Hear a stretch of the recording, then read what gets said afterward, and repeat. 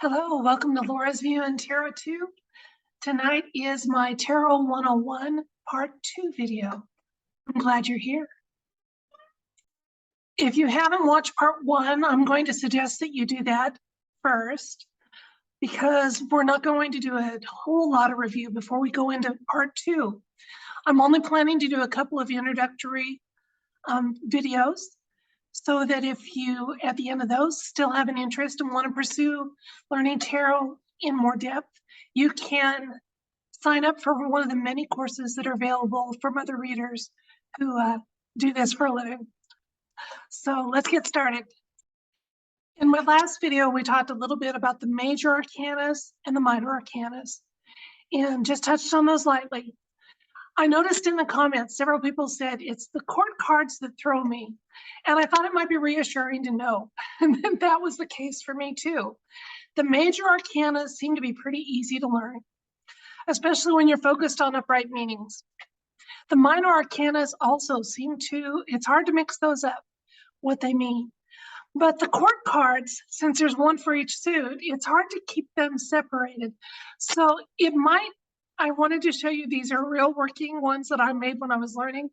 I made index cards and I included the aces for each deck, for each suit, and then the court cards and just the key words of what they meant.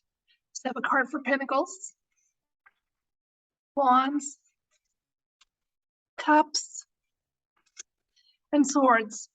And I've never thrown those away. I still have them tucked in one of my reference books.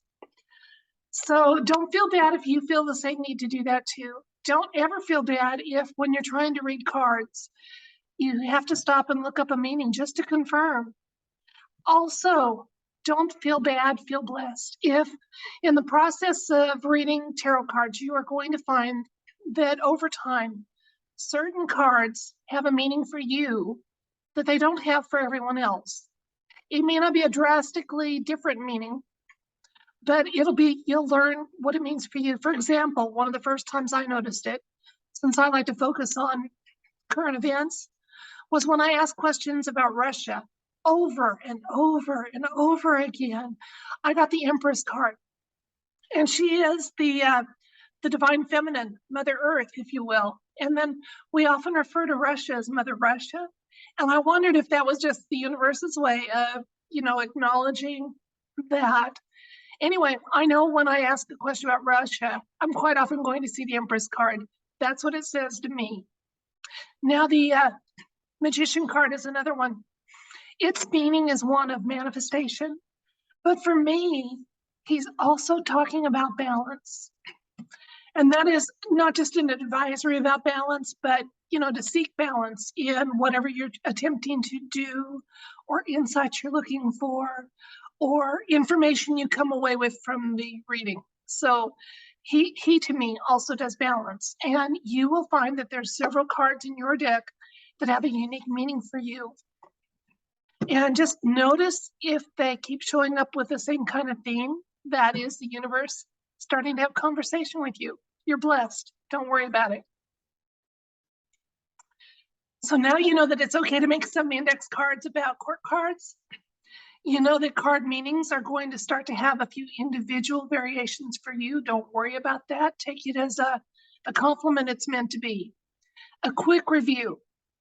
I have pictures of lots of little ladies and maybe a few men running out to buy selenite because I mentioned in my first video what a fabulous perpetual recharger it is. And it is. But you don't have to buy selenite to clear your cards from the previous question's energy. They do need to be cleared of that energy of whatever question you've read about before you move on. But just a reminder, it can be as simple as tapping it on each corner as you do. And then I silently just advise the universe I'm moving on to a new topic. And I appreciate you switching gears to do it with me. And once again, don't feel bad about talking to your cards, especially mentally. It's okay to have a conversation with them. You're letting the universe know what your intentions are. And another thing too, just a quick review, because I can't overemphasize this. I always seek only positive energy when I read. I want everyone looking at these videos to do the same. And that also is a simple process. It is a matter of asking for protection from whatever your divine source that's positive might be. And mine is our loving creator. I go straight to the top. And I never worry that he's going to say, or she is going to, what do you bother me with now? You know, no, my creator's way bigger than that. And I just say, I'm getting ready to use the tarot cards. I seek protection as I do for myself, for my cards, for my home, for my cats, for everything around me. I would like protection to be around me individually and around my home. I'd like that protection around my home to extend above, below, underneath, on the sides. I want to be operating at such a high vibration and frequency that I shine with your light and love, God. And I've seen some people make comments about how I seem to glow. Well, if I do, it's because of that prayer right there. And then I say, I seek information and insights only from my higher self or you, loving creator, no others. Because like I said in the first video, my higher self, it's like someone that is above the clouds. They can see ahead into the future and into the past and off to the sides much better than I can. But that's a part of me. And that's a part of me that loves me and is not going to lead me astray. That's a part of me that can sift through information for me and weed out anything that's negative or false or tricky. So please, please, please prioritize accessing positive information and energy just as much as you do clearing your deck of energy, of the energy of the previous question. Okay, now moving on. At the end of the first video, because I do know, especially when you're trying to learn to read tarot, you don't want to sit through 5 or 6 lessons before you finally get to use the cards. So we jumped into 3 card reads. I'd like to share a couple of screen shares of places where you can look for the wide variety of questions that you can ask using a 3-card tarot spread. There's many, and these aren't the only 2 sites, but neither of them charge for the information. So you can go and look at a listing and see how versatile a 3-card read can actually be.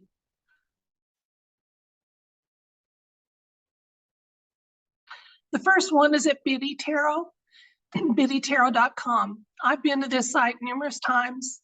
I'm not saying I've read everything A to Z that they have up here, but I've found nothing that I objected to or that I thought was wrong. And here's 25 easy 3-card tarot spreads, and it gives you examples.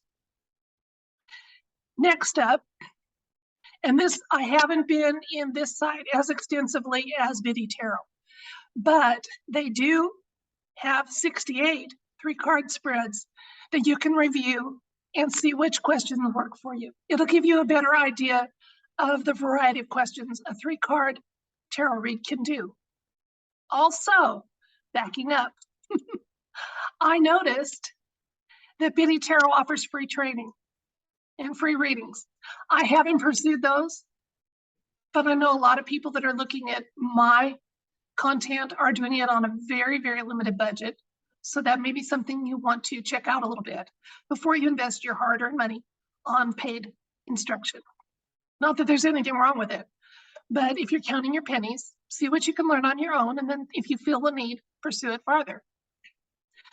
Okay, now I promised everybody that in the second video, now that we've discussed a review of protecting yourself, clearing your deck of the previous question's energy, and just your intentions in general, I said we would be going over the Kachina Knife spread, and we're going to do that right now.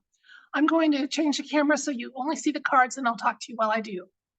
If you watch my videos on YouTube, you're going to notice that I always lay the cards out the same way.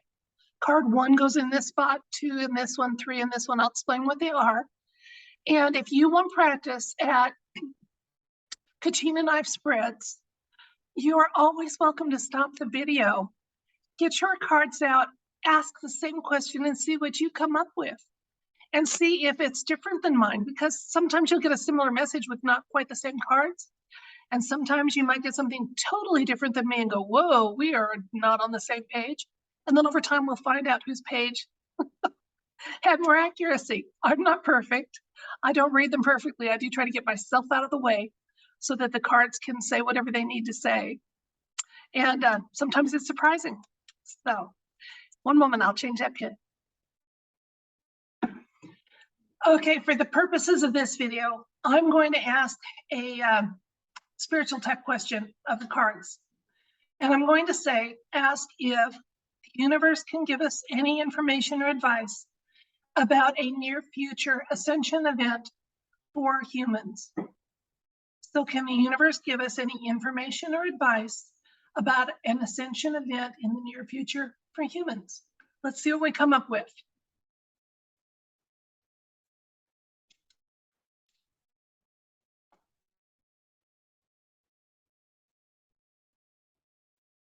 You notice I have a small hand.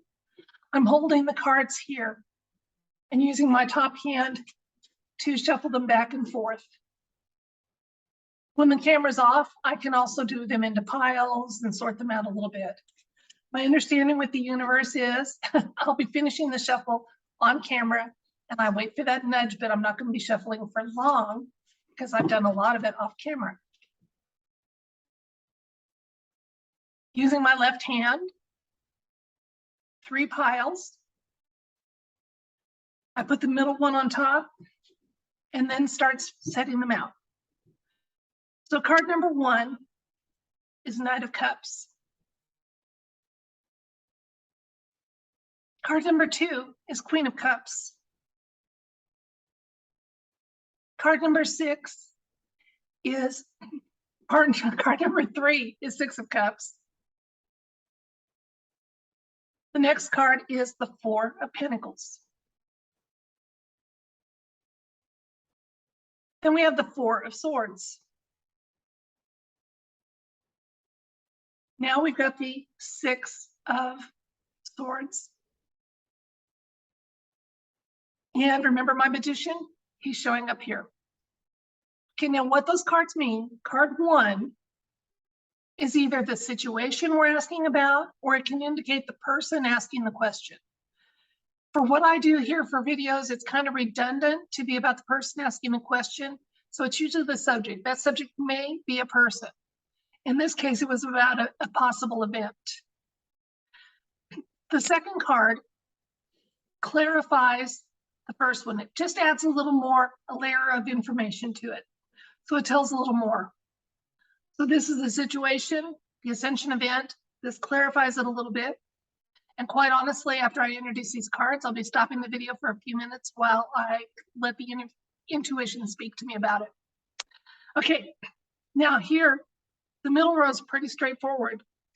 It is recent past, present, and near future. This card is going to be your main, most powerful advice or clarification card. The one on the left. Remember how the left is your how your brain accesses intuition and psychic abilities more? Same thing with the cards here for advice. The left one's the most powerful. This one has some clout too, just not as much. And if I keep layering cards on top, and I probably will, all of those just clarify a little more. You could stop right here. But sometimes it's nice to keep going and see if you get a little more information or a nudge. So that's the Kachina Knife spread. Now, the reason it was called Kachina Knife, if you think of a knife with a hilt, at this point, without these cards, it's kind of resembling that. And some card readers put these 2 cards off to the side a little bit, and it even makes it look more like. Since I'm doing Kachina Knife on a video, I want it to frame nicely. And with this many cards, much more than the 3 card, we get some depth to our answer that can really help us make some good insights with this crazy world we live in. Okay, I'll be stopping the video. When I come back, we'll talk about what I got for this question.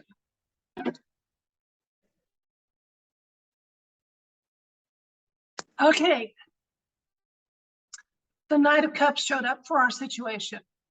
Knight of Cups, now cups are about our emotions. So an ascension event, There's a lot of people worrying about it, talking about it, what have you. Now, our Knight of Cups can be a little bit tricky. And it's sometimes it's deliberate. Sometimes it's just that he's rushed in to a situation.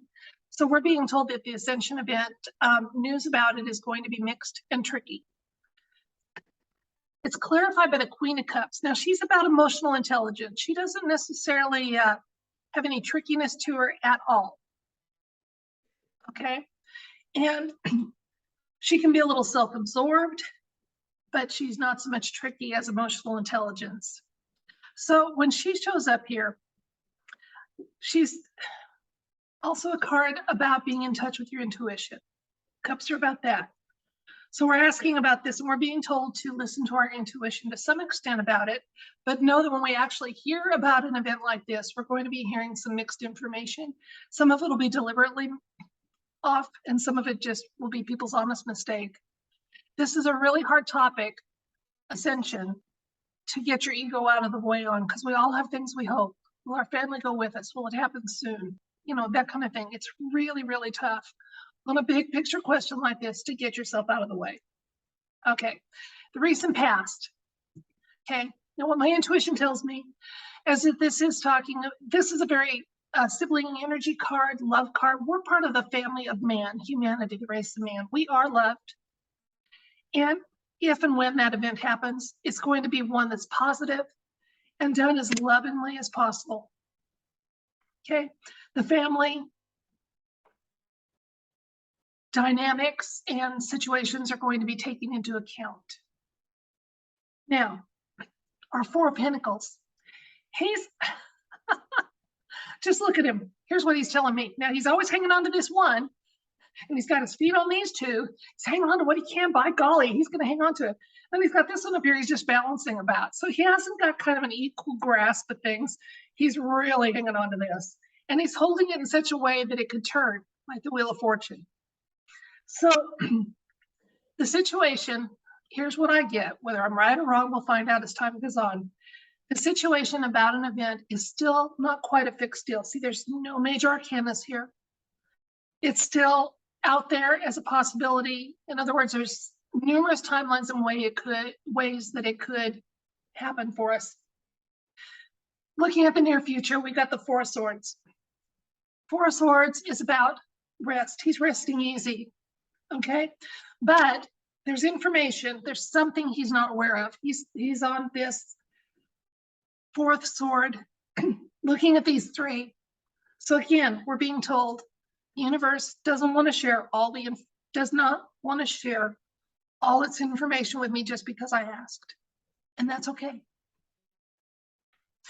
But when it does happen, it's going to steer humanity into a much better path, much better.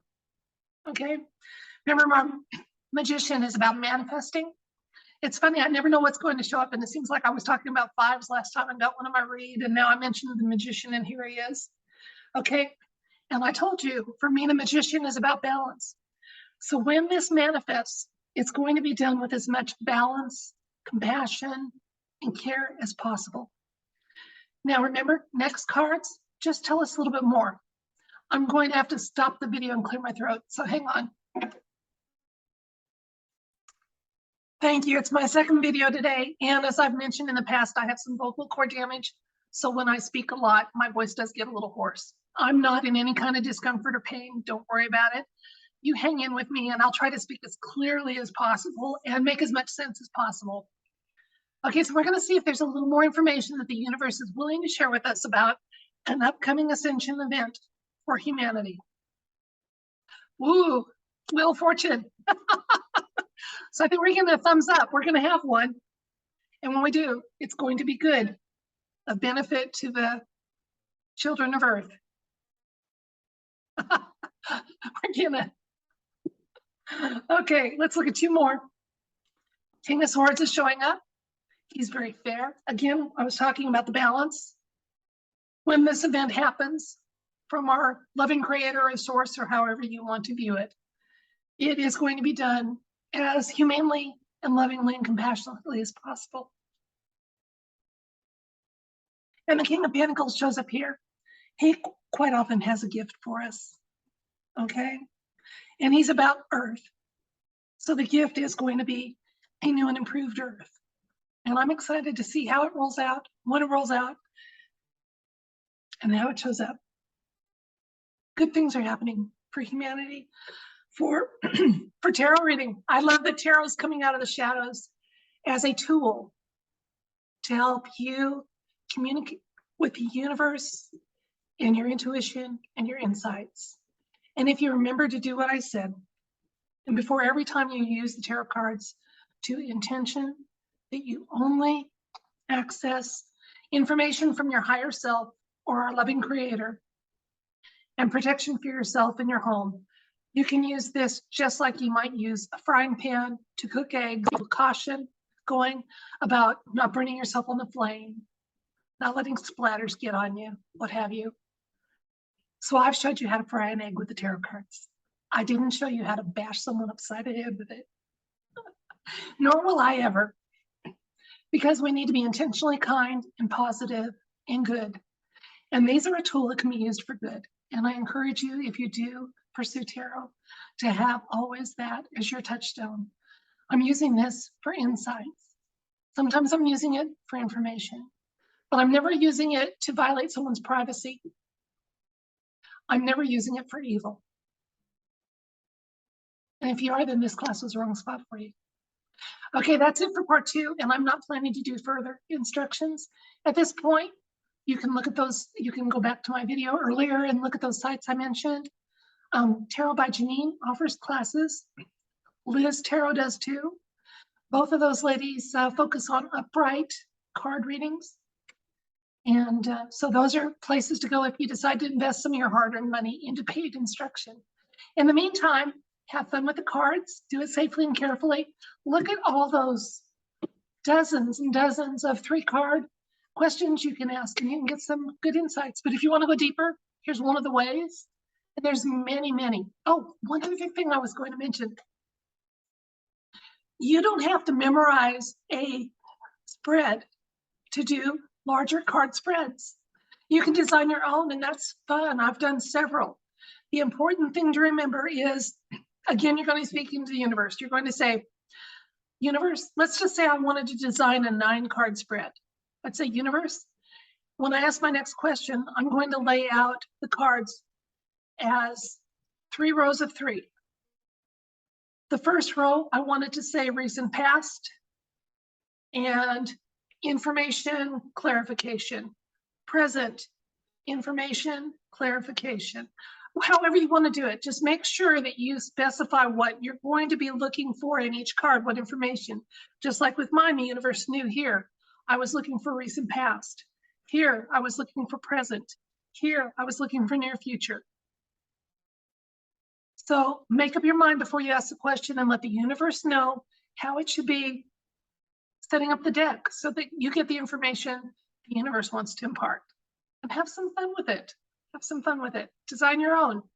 It's fun to know some of these official ones and the names of them. That's great. But heck, design your own. Okay, good luck all you future or current or budding or learning tarot readers. I send you my love and wish you all the best in love and light always. Good night.